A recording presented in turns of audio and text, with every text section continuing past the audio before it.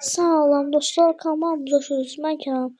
Bugün sizinle birlikte yine dalgalardan buraya not götüreceğim ama bu oyunu 2 aydır çekmiyorum ve videosunu ve kasılmışam.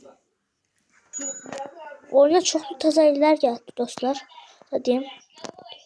En birinci bu dalga makinesi gəldi. Burada ne bileyim pullar götürüp böyle dalgalar yaratabilirsiniz.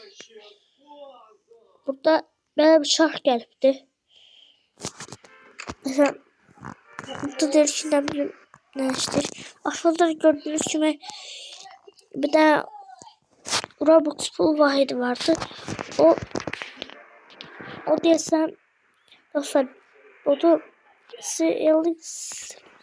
bir de şey attığımızda bir şey çıkar.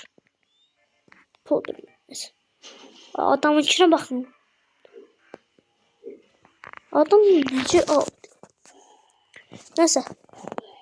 Oyunun çoğu yerini kaçırmışam dostlar. Her vaxt mən belə yerlerini kaçırırım. Və başlayaq. Olsa yerler. Rengalar onu be.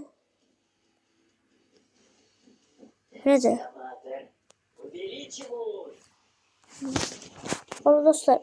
Dostlar size bir tane söz diyeyim. Təzə dalgalar gəlibdi. Yılan dalgası, ne bileyim troll dalgası. Mesela bu Volky Vayne. Yani desem troll dalgası.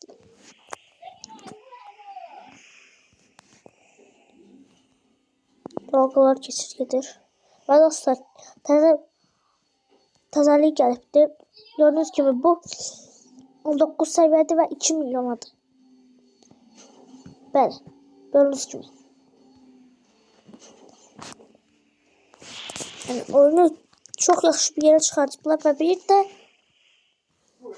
VIP Plus olubdu artıq. VIP Plus da o sonlardakı yerlərə çata bilməz. Normal VIP məndə 60 Robux'da ama 100%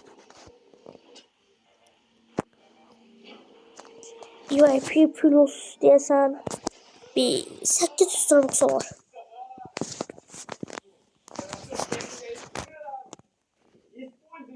Aha.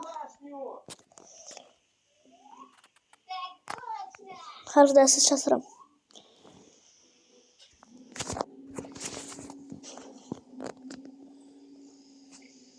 Dostlar, bir de Lucky Block geldi oyuna. Orada Lucky Block görürsünüz. Aldım.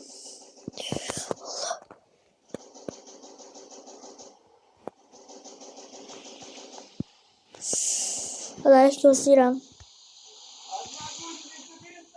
Anam falan sesiniz. Allah oyuna ne təzəliklər gəlibdi. Allah gir də.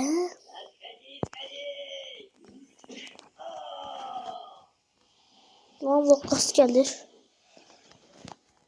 Ben burada gözleyeceğim çünkü Leon vakası diyersem biraz tez gelir. Hayır.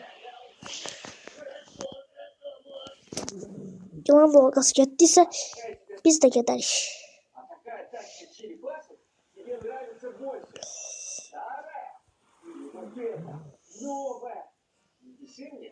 Allah ya. Özümü zor çatırdım bura. 12 seviyelik bir Lucky Block ve ne çıkacak? İber adam.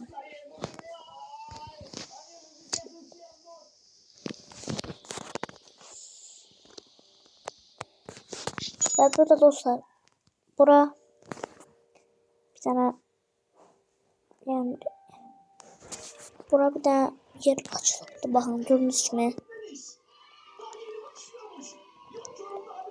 Buraya notlar birleştirme yeri. Bakın burada adam birleştirir. Adam neyse bir şey çıktı. Bakın böyle gördüğünüz gibi makinedir. Ondan sonra Şimdi göstereceğim şeyler bunlardı. Onda tezelliler. Hani inşallah severse. Selam var. Adam da